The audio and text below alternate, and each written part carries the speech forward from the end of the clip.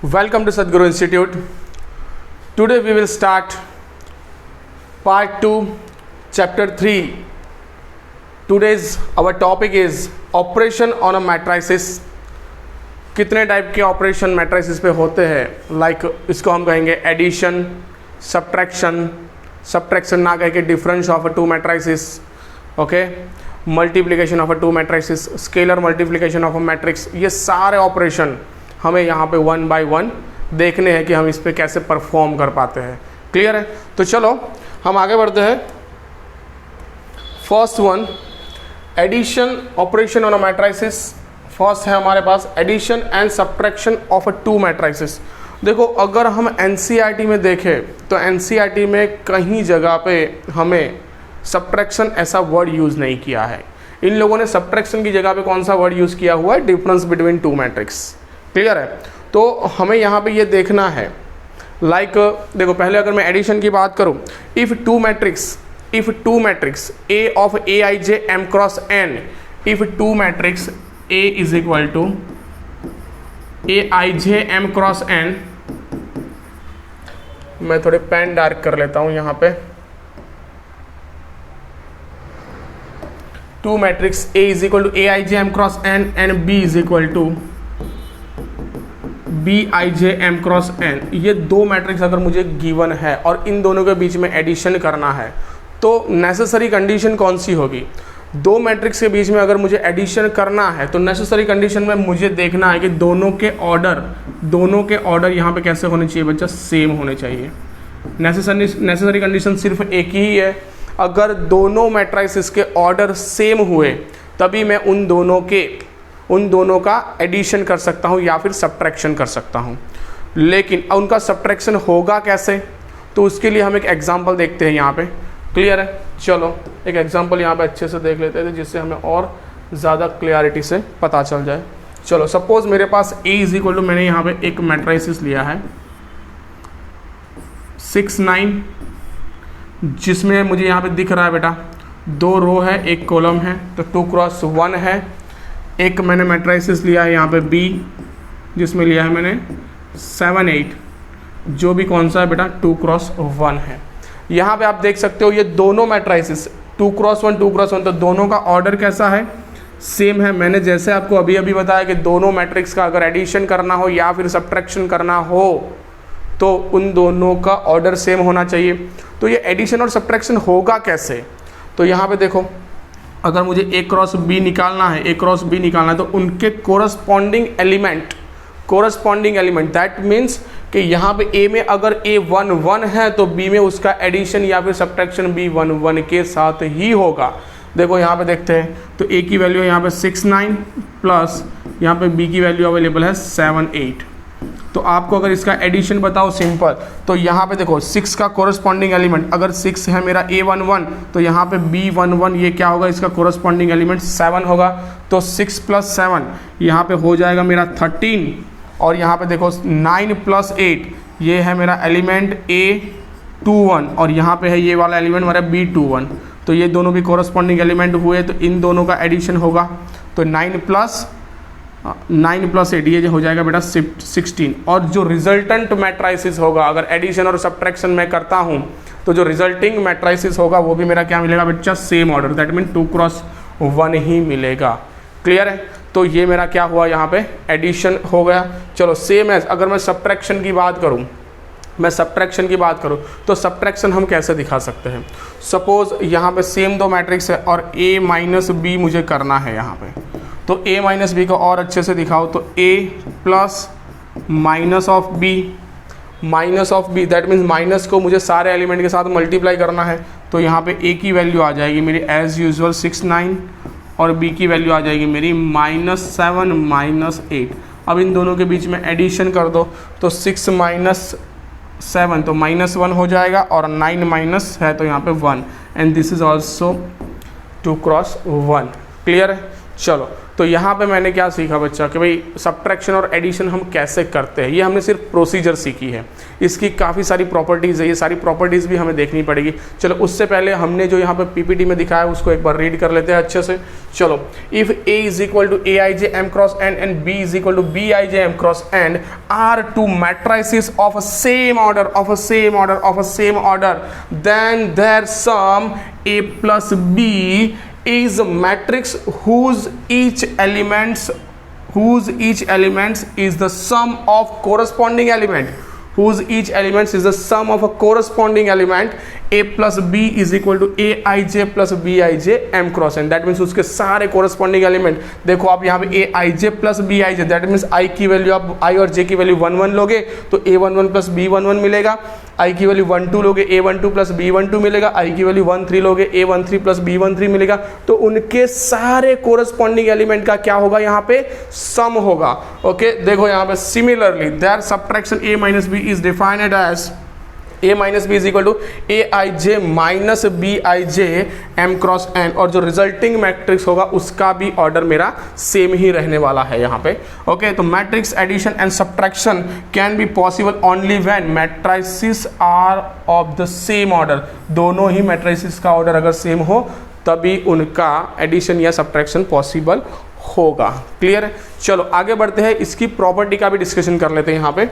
चलो, तो इसकी प्रॉपर्टी का अगर डिस्कशन करें हम तो ये रहा, देखो यहाँ पे ज़रा ध्यान से, मुझे यहाँ पे काफ़ी सारी प्रॉपर्टीज़ दी हुई है। तो देखो यहाँ पे पहली प्रॉपर्टीज़ है मेरी कॉम्यूटेटिव लॉ। अब ये कॉम्यूटेटिव लॉ यहाँ पे क्या कह रहा है भाई, जैसे हम इन जनरल बात करें तो जब हम छोटे थे तब पढ़ते थे एडिशन सब्ट्रैक्शन 2 + 3 5 होता है, तो 3 + 2 भी मेरा 5 होता है, यही मेरा कॉम्यूटेटिव। अगर आप चेंज कर रहे हो, ऑर्डर चेंज कर रहे हो एडिशन में तो क्या होना है, उसका आंसर अगर सेम रहता है तो वो कॉम्यूटेटिव लॉ को फॉलो कर रहा है, बराबर। लाइक यहाँ पे भी देख लो, मैट्रिक्स में सेम होगा, मैट्रिक्स में हमारा सेम ही होगा। लाइक अगर मैं यहाँ पे A प्लस बी कर रहा हूँ तो मुझे B प्लस ए मिलेगा, दैट मीन्स हमारा जो मैट्रिक्स है वो कॉम्यूटेटिव लॉ को फॉलो करेगा। यहाँ पे एक छोटा सा एग्जाम्पल लेके अगर मैं आपको बताऊँ इस कॉम्यूटेटिव लॉ का, तो यहाँ पे मैंने अभी A प्लस बी देखा था आगे वाली स्लाइड में, तो A प्लस बी मेरा क्या आया था, यहाँ पे ऊपर कुछ आया था 13, नीचे कुछ आया था 17, बराबर है। यहाँ पे मैं B प्लस ए कर दूँ तो B की वैल्यू मेरी थी, चलो एक स्लाइड में ज़रा देख लेते हैं, B की वैल्यू थी मेरी 7 8 और 6 9 A की वैल्यू थी। ओके, चलो तो यहाँ पे 7 8 और 6 9, B की वैल्यू थी 7 8, यहाँ पे हो जाएगा प्लस 6 9। अब इन दोनों का एडिशन करोगे तो भी क्या होगा, यहाँ पे 13 और यहाँ पे आ जाएगा 17। आप देख सकते हो दोनों ही केस में आपका आंसर कैसा रह रहा है, यहाँ पे सेम आ रहा है। दोनों ही केस में आपका आंसर यहाँ पे सेम आ रहा है। दैट मीन्स ये जो मेरा मैट्रिसेस है वो मैट्रिसेस इस कॉम्यूटेटिव लॉ को फुलफिल कर रहा है। ओके, चलो आगे वाली बात कर रहे हैं, एसोसिएटिव लॉ क्या कर रहा है, 1 से 2 से ज़्यादा मैट्रिसेस है मेरे पास और मैं ग्रुप चेंज करूँ, 3 मैट्रिसेस है यहाँ पे A B एंड C, मैं ग्रुप चेंज करूँ, A प्लस B का एक ग्रुप बनाऊँ प्लस C कर दूँ इज इक्वल टू, मुझे क्या मिलना है यहाँ पे A plus B plus C का एक ग्रुप। दैट मीन्स ये एसोसिएटिव लॉ को भी फॉलो कर रहा है। देख लो यहाँ पे ध्यान से, A प्लस B अगर आप क्या कर रहे हो बेटा, अगर इन जनरली ऐसा ही होता है, जब कॉम्यूटेटिव लॉ को फॉलो कर रहा है तो वो एसोसिएटिव लॉ को फॉलो करेगा ही। तो यहाँ पे क्या होगा, A plus B plus C is equal to A plus B plus B plus C. तो ये तीनों मैट्रिक्स एसोसिएटिव लॉ को भी फॉलो करेंगे। क्लियर? चलो now identity of a matrix. तो बच्चा यहाँ पे हमें आइडेंटिटी के बारे में बताना है। तो आइडेंटिटी मैट्रिक्स के लिए क्या होगी, तो मुझे यहाँ पे देखना है कि कभी भी किसी भी मैट्रिक्स के लिए अगर मुझे क्या निकालना हो बच्चा, आइडेंटिटी निकालना हो, तो आइडेंटिटी हम कैसे निकाल रहे हैं, इन हमारे रेगुलर जो अपना रेगुलर एडिशन था इसके लिए अगर मैं आइडेंटिटी की बात करूँ तो ऐसा एक नंबर है, दैट मीन्स कोई भी एक नंबर है, उसमें मैं ऐसा कौन सा नंबर ऐड करूं कि मुझे वो नंबर जो चाहिए वो रिटर्न में मिल जाए। फिर से एक बार, मेरे पास कोई नंबर यहाँ पे अवेलेबल लाइक 5 अवेलेबल है, 5 में मैं ऐसा कौन सा नंबर ऐड करूँ कि मुझे 5 रिटर्न में मिल जाए। हम सबको पता है 0। ऐसे ही मैट्रिक्स में मेरा कौन सा आएगा, 0 matrix is our identity matrix, क्योंकि मैट्रिक्स कोई भी मैट्रिक्स हमारा होगा उस मैट्रिक्स में मैं 0 दैट मीन 0 मैट्रिक्स को ऐड करूंगा। 0 मैट्रिक्स माने हम इसको O से डिनोट कर रहे हैं, 0 0 0 0। ओ से डिनोट कर रहे हैं, तो वो जीरो मैट्रिक्स अगर मैं उस मैट्रिक्स में ऐड करूंगा तो मुझे जो मेरा मैट्रिक्स मैंने लिया था वो रिटर्न में मिल जाएगा। That means zero is a additive identity for matrix. Zero is a additive identity. यहाँ पे देख लो, हम यहाँ पे पढ़ लेते हैं ए प्लस ओ, ओ माने हमारा क्या है यहाँ पे जीरो मैट्रिक्स, और O plus A is equal to क्या मिल जाना है मुझे A, where O is a zero matrix which is additive identity of the matrix. तो यहाँ पे जीरो मैट्रिक्स क्या हुआ मेरा एडिटिव आइडेंटिटी। तो भाई ये सारे कॉर्नर पॉइंट्स है, ये सब कुछ हमें याद रखना है। क्लियर है? एग्जाम में कुछ भी पूछ के नहीं आएगा, आपको पूछेंगे सिंपली एक लाइन दे दी एक एमसीक्यू में कि what is the additive identity for matrices, तो हमें तब पता चलना चाहिए yes sir zero is additive identity. Clear है? चलो नाउ आगे की बात कर रहे हैं एडिटिव इनवर्स। एडिटिव इनवर्स की बात करें तो भाई इनवर्स खुद कह रहा है एडिटिव इनवर्स। तो मैंने एक मैट्रिक्स लिया मैट्रिक्स ए, उसमें मैं ऐसा कौन सा मैट्रिक्स ऐड करूं कि मुझे आइडेंटिटी मिल जाए। फिर से मैंने एक मैट्रिक्स लिया मैट्रिक्स ए, उसमें मैं ऐसा कौन सा मैट्रिक्स ऐड करूं कि मुझे मेरी आइडेंटिटी मिल जाए। आइडेंटिटी कौन सी है मेरी? Zero matrix. तो हाँ भाई अगर मैट्रिक्स ए लिया है सर आप माइनस ही ए ऐड कर दो ना, इसमें माइनस ए ऐड कर दो। देखो यहाँ पे अगर ए में मैंने क्या करा माइनस ए को ऐड कर दिया तो मुझे क्या मिल गया? ओ मिल गया। ओ माने जीरो मैट्रिक्स माने आइडेंटिटी। तो ये माइनस ए जो बन रहा है ना, माइनस है वो मेरा क्या हुआ? Additive inverse. वो मेरा क्या होगा यहाँ पे? Additive inverse of the matrix. Clear है? चलो नाउ अब आगे की बात करें, फिफ्थ प्रॉपर्टी की बात कर रहे हैं। तो फिफ्थ प्रॉपर्टी क्या है मेरी? Cancellation law.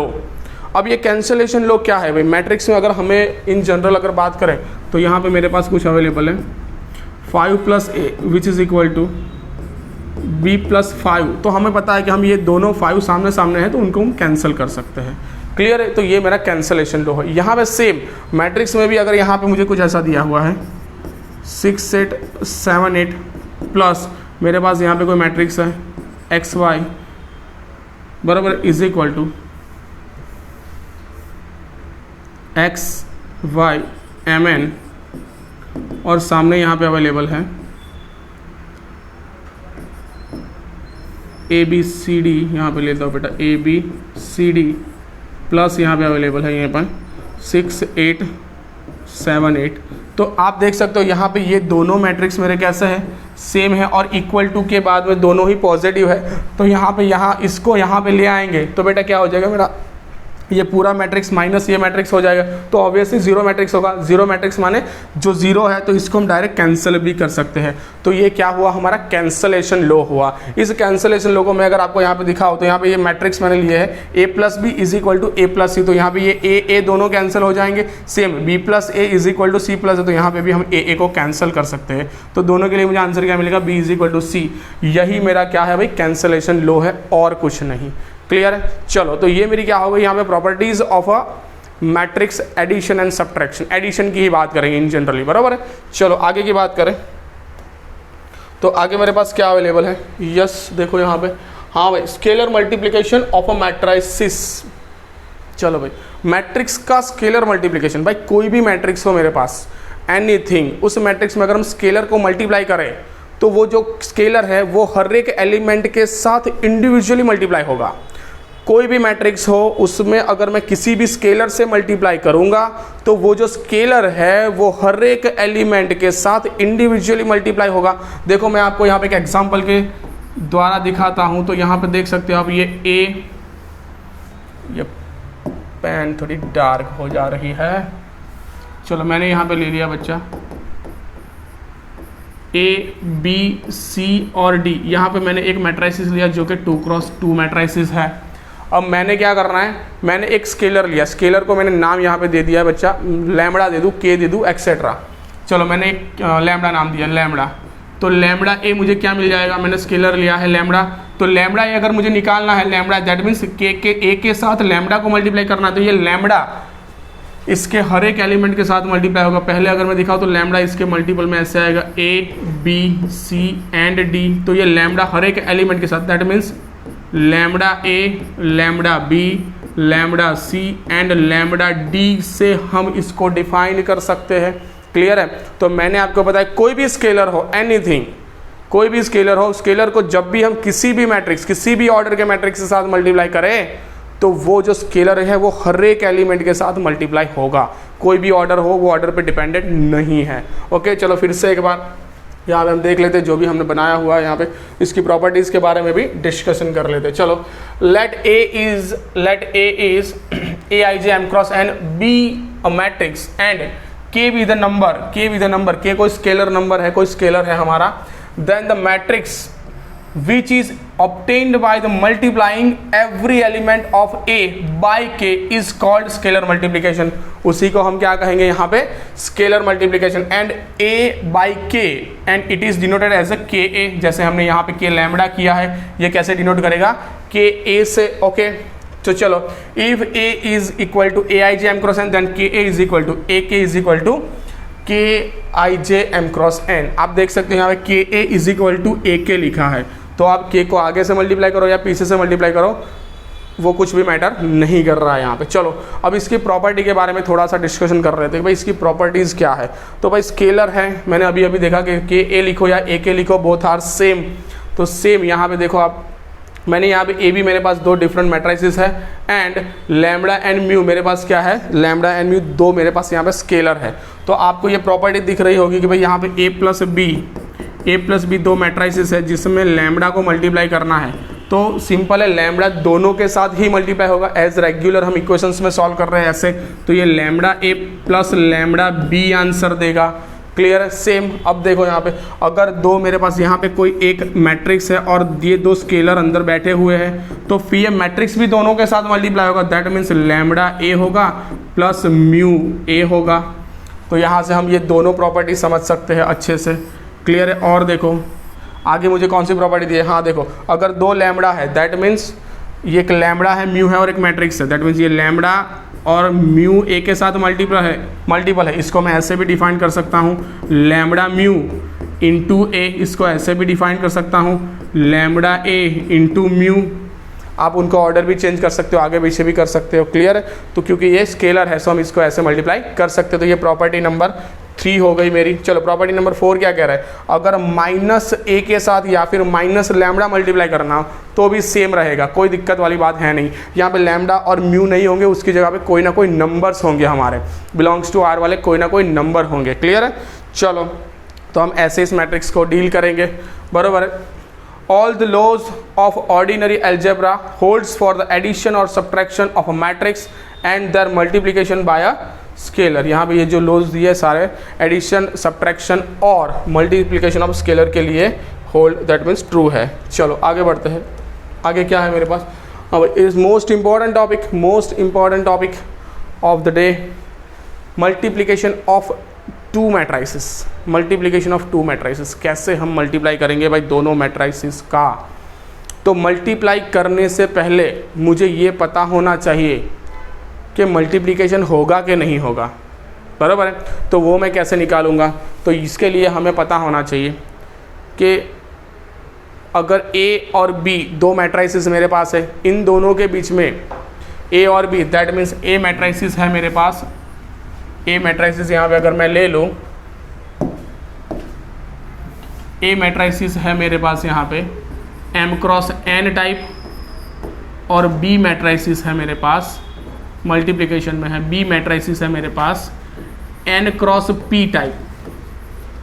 तो यहाँ पे आप देख सकते हो कि भाई ए मैट्रिक्स की क्या है, ये ए मैट्रिक्स का कॉलम और बी मैट्रिक्स की रो, ए मैट्रिक्स का कॉलम और B number of rows of matrix A which is equal with number of column of matrix A, number of column of matrix A which is equal with number of rows of matrix B, then multiplication is possible। तभी multiplication possible होगा, और multiplication possible होगा तो उसका जो resulting order है वो क्या मिलेगा, तो resulting order of a matrix is M cross P। आपको देख लेना, ये दोनों MM आपके निकल जाएंगे और आपको रिजल्टिंग ऑर्डर क्या मिल जाएगा यहाँ पे, M क्रॉस P।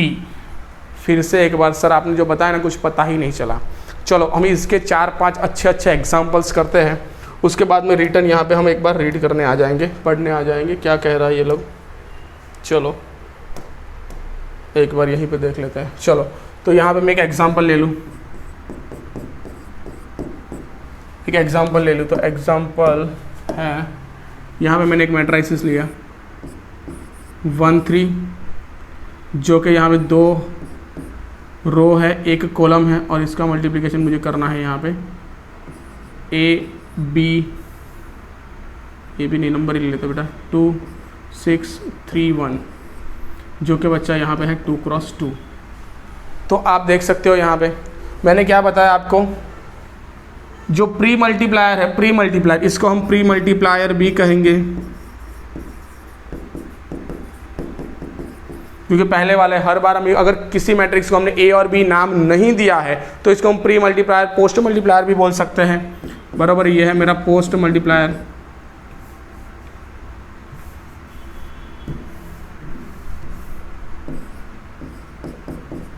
ये है मेरा post multiplier.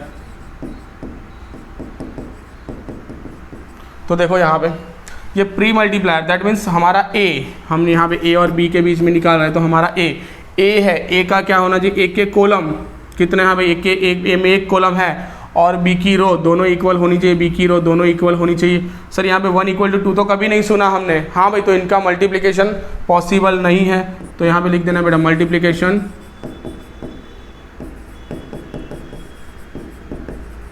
Is not possible. तो यहाँ पे NP लिखता हूँ, multiplication is not possible.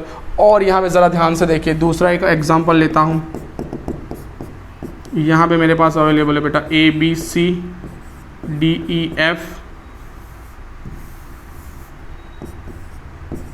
ABC, यहाँ पे है मेरे पास DEF। इसमें कितनी रोज़ दिख रही है मुझे, 2 रोज़ दिख रही है, 3 कॉलम दिख रहे हैं, बराबर है। और देखो मैं यहाँ पे क्या कर रहा हूँ बच्चा, यहाँ पे मेरे पास 1 2 और 3, तो ये मैंने क्या लिया, इन दोनों के बीच में मल्टीप्लिकेशन, तो ये मेरा A है, ये मेरा B है। अब इन दोनों के बीच में पहले तो मल्टीप्लिकेशन पॉसिबल है, तो इसमें कितनी रोज़ है, 3 रोज़ है, 1 कॉलम है, तो इन दोनों के बीच में पहले तो मल्टीप्लिकेशन पॉसिबल है या नहीं, ये मुझे क्या करना है, डिसाइड करना है। तो देखो यहाँ पे क्या है, 2 रो है और 3 कॉलम है, तो मैंने कहा था कि भाई ए का कॉलम और बी की रोज़ दोनों इक्वल होनी चाहिए। हाँ भाई, ए का कॉलम जो है वही बी की रो है, तो हाँ भाई 3 और 3 ये दोनों सेम है, तो इन दोनों का मल्टीप्लिकेशन पॉसिबल है। और जो रिजल्टिंग मैट्रिक्स होगा वो मुझे क्या मिलेगा, तो रिजल्टिंग मैट्रिक्स होगा उसका ऑर्डर होगा सर 2 क्रॉस 1।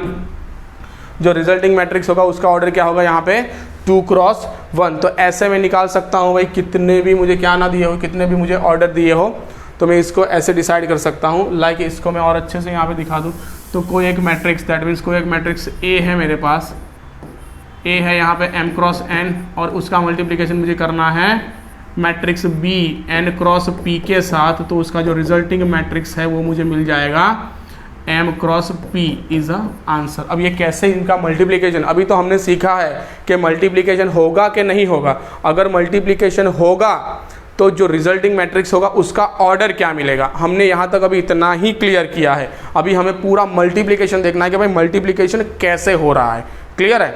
चलो नाउ पहले ये जो हो रहा है, ये जो पूरे सिनारियो, इसके बारे में एक बार पढ़ लेते हैं। देखो और अच्छे से, 2 matrices A and B are conformable for the product AB। कब कन्फर्म हो गए AB, if number of column in A is same as the number of row in B, that means the number of column in A is same as the number of row in B। ये दोनों अगर same होंगे तभी मेरा multiplication possible होगा, और जो resulting matrix है उसका मुझे क्या मिल जाएगा बेटा, ऑर्डर मिल जाएगा बच्चा यहाँ पे m क्रॉस P। तो ये मेरा यहाँ पे क्या होगा, मल्टीप्लिकेशन हुआ, मल्टीप्लिकेशन होगा, और मल्टीप्लिकेशन होगा तो क्या उसका ऑर्डर मिलेगा, इतना मैंने यहाँ पे डिसाइड कर लिया। अब आगे बढ़ते हैं, चलो यहाँ पे मुझे जो कहा, if A is equal to Aij m cross n and B is equal to Bij n cross P, that are 2 matrices of order m cross n and n cross P respectively, then their product AB of order क्या मिल जाएगा बच्चा मुझे, m cross P and it is defined as something. मुझे ये कहा है, काफ़ी लंबा चौड़ा, इसको याद रखने की कोई ज़रूरत नहीं है। मैं आपको दिखाता हूँ कैसे करना है हमें यहाँ पे मल्टीप्लिकेशन, बराबर है। चलो तो आगे बढ़ते हैं। ओके, इसकी कुछ प्रॉपर्टीज़ है। प्रॉपर्टीज़ पहले देख लेते हैं अच्छे से, उसके बाद में हम मल्टीप्लिकेशन सीखते हैं कैसे दोनों मैट्रिक्स का मल्टीप्लिकेशन होता है, बराबर है। चलो तो भाई प्रॉपर्टीज देख लेते हैं। पहली प्रॉपर्टी है कि भाई A B is not equal to B A. हाँ भाई सही है ना, A B is not equal to B A ही होगा।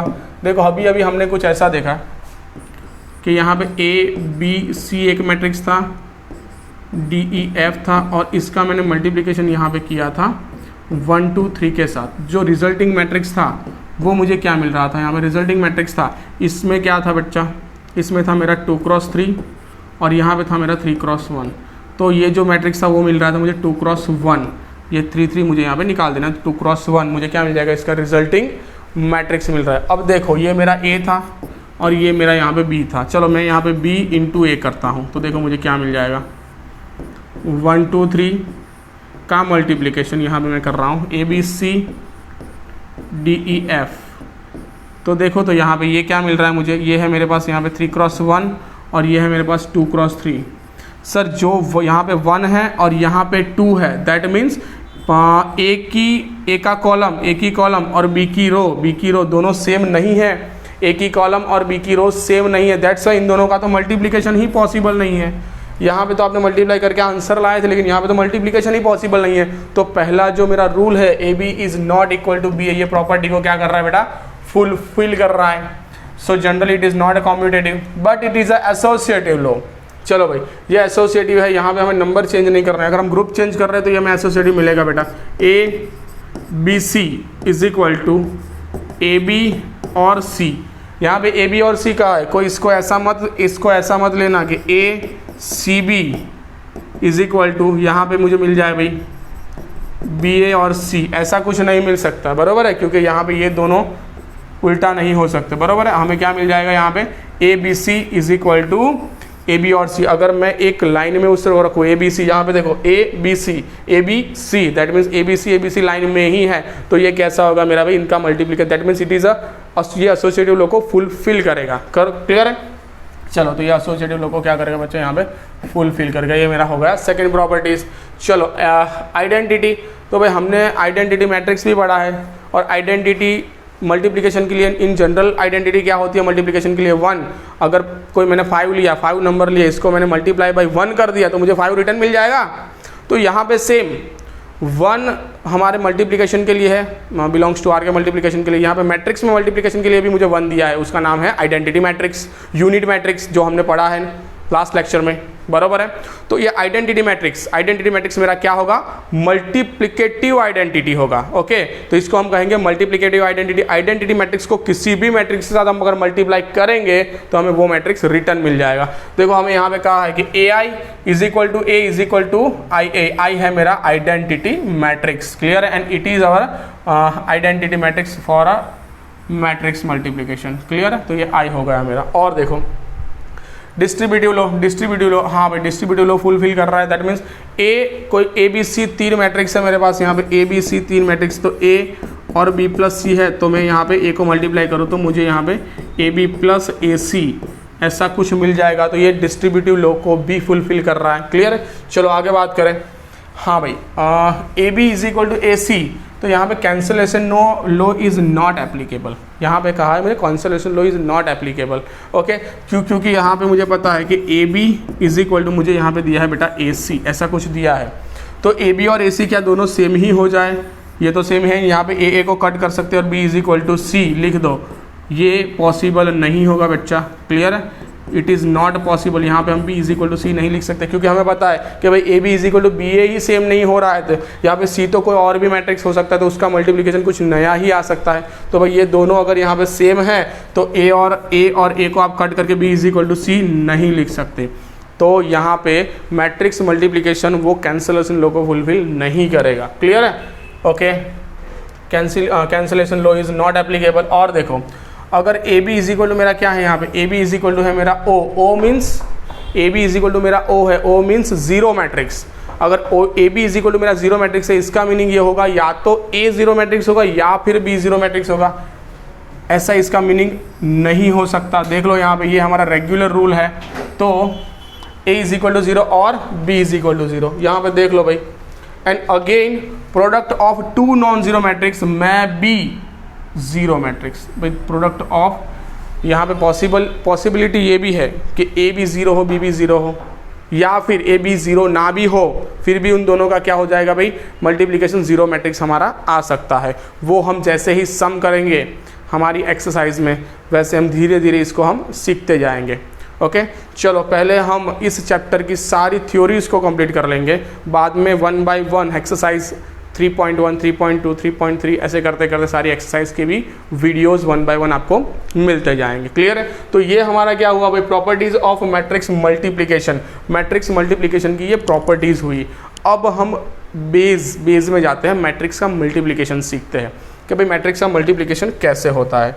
चलो तो भाई देखो यहाँ पे मैंने ब्लैंक शीट ही रखी है क्योंकि मैट्रिक्स का मल्टीप्लिकेशन भी हमें यहाँ पे सीखना है। चलो यहाँ पे मैं एक एग्जांपल ले लूँ, तो देखो मैंने a इज इक्वल टू यहाँ पे क्या लिया है,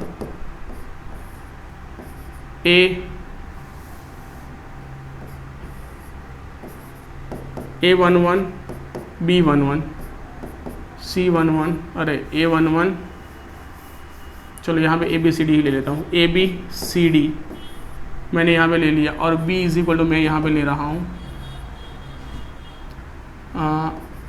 m और n, बराबर। ये है मेरा बच्चा 2x2 और ये मेरा है यहाँ पे 2x1, ये मेरा 2x2 है, ये मेरा है 2x1। यहाँ पे 2 रो है, 1 कॉलम है। अब देखो यहाँ पे कि भाई इन दोनों का पहले तो मल्टीप्लिकेशन पॉसिबल है, ऐसा सोचो एक बार। तो मैंने सोचा यहाँ पे, तो ये क्या है भाई, ये है मेरा कॉलम ऑफ ए, मल्टीप्लिकेशन माने यहाँ पे ए भी पॉसिबल है, मुझे ए भी ढूंढने के लिए कहा है और बी ए भी ढूंढने के लिए कहा है। देखो ध्यान से, मुझे एक क्वेश्चन दिया कि ए बी भी ढूंढो और बी ए भी ढूंढो। तो पहले देखो ए बी के लिए ये मेरा ए और बी, दैट मीन्स क्या होगा यहाँ पे ए का कॉलम और बी की रो दोनों सेम है, यस, ए का कॉलम बी की रो सेम है, तो इसका तो पहले मल्टीप्लिकेशन पॉसिबल है, तो इसका मल्टीप्लिकेशन मुझे मिलेगा।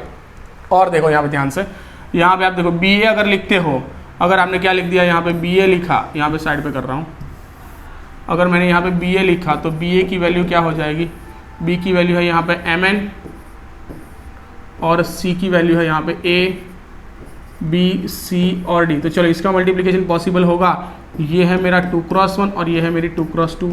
तो देखो भाई पहले का कॉलम दैट मीन्स बी का कॉलम और इसकी रो ये दोनों इक्वल नहीं है, तो B A is not possible, B A मेरा नॉट पॉसिबल होगा, पॉसिबल ही नहीं होगा। क्लियर है? यहाँ पे B A is not possible, लेकिन ए बी मुझे मिलेगा, तो मुझे ए बी का मल्टीप्लिकेशन यहाँ पे देखना है। चलो देखते हैं बच्चा, तो ए बी, ए की वैल्यू है यहाँ पे A B C D into multiplication with M N, multiplication with M N. तो पहले आपको मल्टीप्लाई जब भी करो तो ऐसे सोचना है बेटा, okay, first row first column, जब भी आप मल्टीप्लाई करो तो आपको यहाँ पे ये चीज़ बिठा के रखनी है माइंड में, फर्स्ट रो का मल्टीप्लिकेशन फर्स्ट कॉलम के साथ। चलो तो फर्स्ट रो, ये मेरी फर्स्ट रो है और ये मेरा फर्स्ट कॉलम है, तो मुझे फर्स्ट एलिमेंट मिलेगा, फर्स्ट एलिमेंट मिलेगा। चलो फर्स्ट रो का मल्टीप्लिकेशन कैसे होता है, ए का एम के साथ तो ए एम, बी का एन के साथ तो प्लस बी एन, ये मुझे मिल गया फर्स्ट एलिमेंट। और देखो मुझे क्या करना है, फर्स्ट रो सेकंड कॉलम, लेकिन सेकंड कॉलम है ही नहीं, तो अब क्या करेंगे बच्चा, सेकंड कॉलम नहीं है तो इसको हम क्लोज कर देंगे। अभी सेकंड रो फर्स्ट कॉलम, तो ये मुझे मिल जाएगा यहाँ पे C M plus D N, तो ये मुझे क्या मिल गया रिजल्टिंग, ये था बच्चा मेरा 2x2 और ये मेरा था 2x1, तो रिजल्टिंग मुझे क्या मिल जाता है यहाँ पे 2x1, तो ये मुझे मिल गया 2x1। चेक कर लो, and this is your multiplication of matrices. Clear? बोलो यहाँ पे हमें ऐसे इसके साथ यहाँ पे काम करना है। और देखो एक थोड़ा बड़े 2 मैट्रिक्स लेके हम चेक कर लेते हैं बच्चा, तो यहाँ पे ए बी का मल्टीप्लिकेशन, एक और मैट्रिक्स यहाँ पे ले रहा हूँ, यहाँ पे ले रहा हूँ बच्चा A11 A12 A13 B11 B12 B13 C11 C12, यहाँ पे A B C नहीं, A ही लेते हैं और B ही लेते हैं, A21 A22 A23 A31 A32 A33। चलो मैंने ये अपना एक 3x3 मैट्रिक्स लिया। अब ये 3x3 मैट्रिक्स का मल्टीप्लिकेशन अगर मैं 3x3 मैट्रिक्स के साथ सीख जाऊँ, बाकी वाले सारे मैट्रिक्स का मल्टीप्लिकेशन मुझे ईजीली आ जाएगा।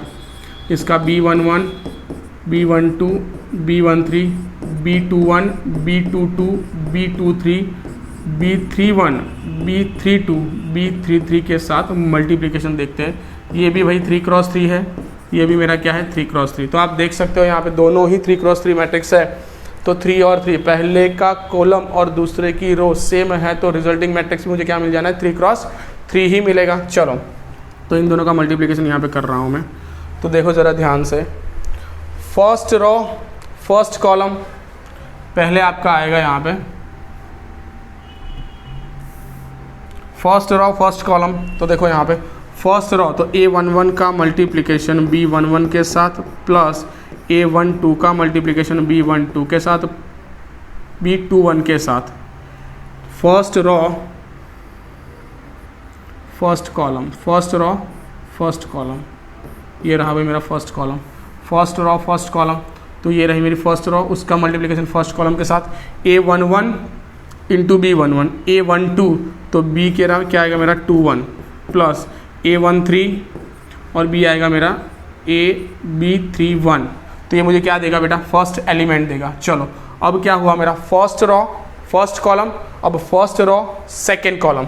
फर्स्ट रो सेकेंड कॉलम यहाँ पे देखते हैं, तो A11 B12 plus A12 B22 plus A13 B32, ये मुझे क्या मिल गया यहाँ पे सेकेंड कॉलम। चलो अब थर्ड कॉलम की बात कर रहे हैं, that means sorry first row third column. पहले मेरा आया यहाँ पे, अगर मैं मल्टीप्लिकेशन करूँगा तो first row into first column, बाद में आया मेरा first row into second column, उसके बाद में आ गया मेरा first row into third column. बराबर है। चलो तो यहाँ पे अब मैं कर रहा हूँ बेटा फर्स्ट रो और थर्ड कॉलम। तो ये रहा मेरा फर्स्ट रो, तो ये बन जाएगा मेरा A11 B13 plus A12 B23 plus A13 B33 और B33। तो ये बन गया मेरा पहले 3 element, first element second element and third element. चलो ऐसे अभी मुझे क्या करना है, ये मेरा फर्स्ट रो का कंप्लीट हो गया। अब मैं सेकंड रो को उठाता हूँ, तो second row first column second row second column second row third column. यहाँ पे मैं लिख देता हूँ बेटा second row first column second row second column second row third column, और यहाँ पे लास्ट में आएगा बेटा मेरा third row first column third row second column और थर्ड रो थर्ड कॉलम। आपको ऐसे मल्टीप्लाई करना है। इसका ये 3x3 का मल्टीप्लिकेशन दिखा लिया, and this is the most IMP। अगर ये आ गया तो आपको दूसरे भी बहुत ईजी लगेंगे। चलो यहाँ पे हम कर रहे हैं बेटा सेकंड रो को उठाए, तो ये सेकंड रो है मेरा, सेकंड रो बन जा रहा है मेरा A21 फर्स्ट कॉलम के साथ A21 B11 plus A22 B21 plus A23 B31। Second row का फर्स्ट एलिमेंट फर्स्ट के साथ सेकेंड सेकेंड के साथ थर्ड वाला थर्ड के साथ, उनका मल्टीप्लिकेशन और साथ में एडिशन। अब देखो फिर से सेकेंड रो सेकेंड कॉलम, तो A बन जाएगा मेरा A21 B12 A22 B22 plus A23 B32। ये बन जाएगा मेरा सेकेंड रो सेकेंड कॉलम। अब सेकेंड रो थर्ड कॉलम, तो A21 B13 plus A22 B23 A22 B23 plus A23 B33 A23 B33। तो ये बन गया मेरा सेकेंड रो के साथ उनका। तो ये क्या बना मेरा first element second element third element. तो सेकेंड रो के लिए भी मुझे थर्ड एलिमेंट मिल गया 3x3 के। और देखो अब आया बेटा थर्ड रो पे, third row first column third row second column third row third column, ऐसे मुझे इनका मल्टीप्लिकेशन करना है।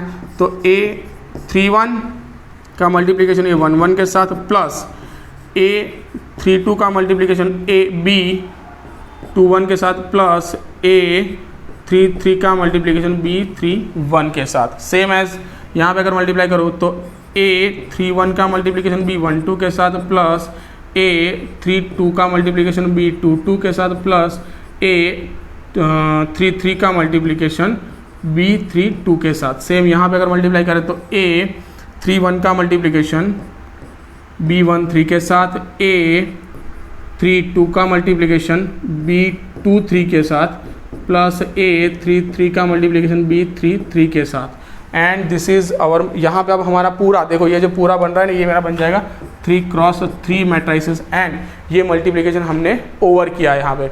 देखो अगर ये मल्टीप्लिकेशन आपको और अच्छी तरीके से समझना है तो आपको इसके जो सम्स दिए हैं टेक्स्ट बुक में, ये सम्स हमें सारे देखने पड़ेंगे काफ़ी अच्छी तरीके से, तभी जाके आपको ये मल्टीप्लिकेशन और भी मज़ेदार आएगा।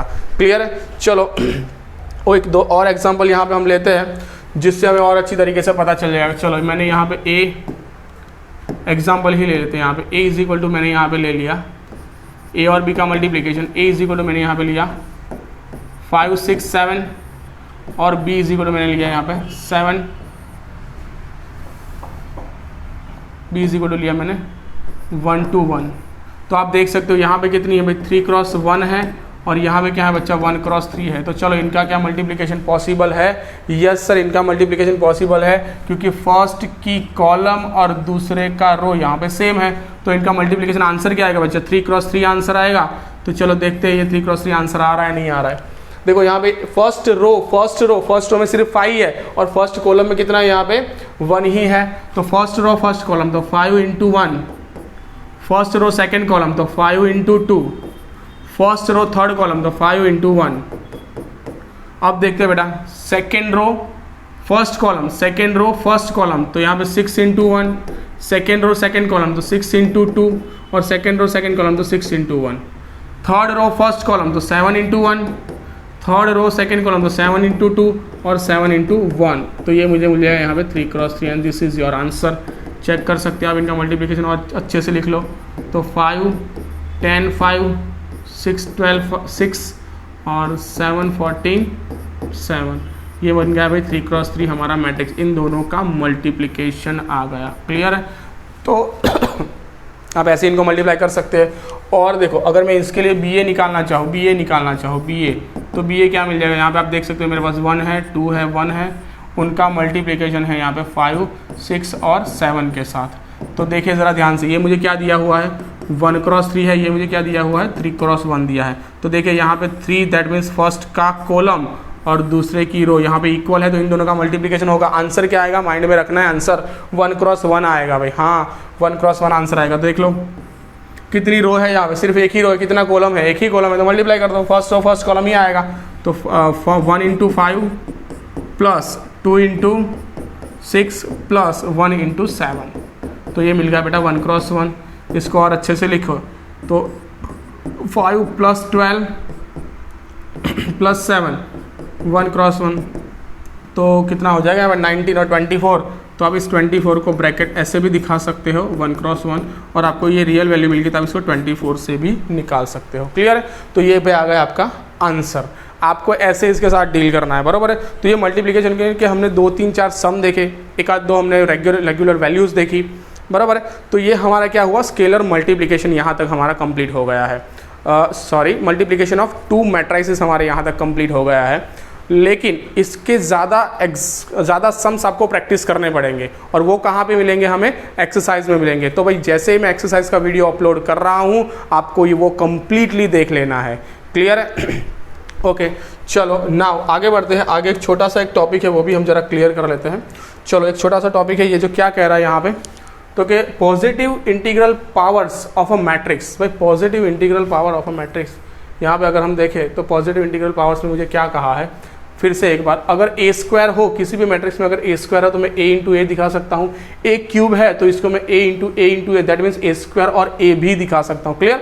इसके लिए कुछ मुझे प्रॉपर्टीज़ जैसा दिया हुआ है। तो देखो यहाँ पे A⁻m हो और A⁻n हो, तो मैं उस A को m + n के फॉर्मेट में दिखा सकता हूँ।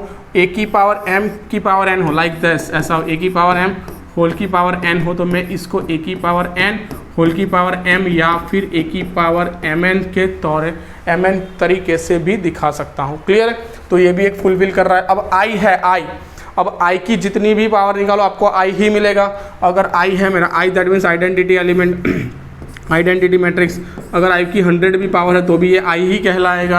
अगर i की आपकी कुछ भी पावर ले लो आप, i की आप 51 पावर लोगे तो भी आपको ये i ही मिलेगा, बराबर है। तो यहाँ पे कहा है कि मेरे i की n पावर हो या फिर i की m पावर हो, i तो रहेगा मेरा i ही रहेगा। और a की जब भी 0 पावर बन जाएगी तो वो क्या बन जाएगा मेरा आइडेंटिटी मैट्रिक्स in बन जाएगा। वो कोई भी in लिखा है, in का मीनिंग ये होगा कि वो कोई भी ऑर्डर का मैट्रिक्स हो सकता है। तो कोई भी ऑर्डर का, दैट मीन्स कोई भी ऑर्डर का माने ये मेरा 1001 भी हो सकता है, ये मेरा 3x1 1 0 0 0 1 0 0 0 1, दैट मीन्स वो 3x3 ऑर्डर वाला भी मैट्रिक्स हो सकता है। in का मीनिंग होगा अगर वो i1 भी होगा तो ये सिर्फ मेरा 1 होगा, आइडेंटिटी मैट्रिक्स, बराबर है।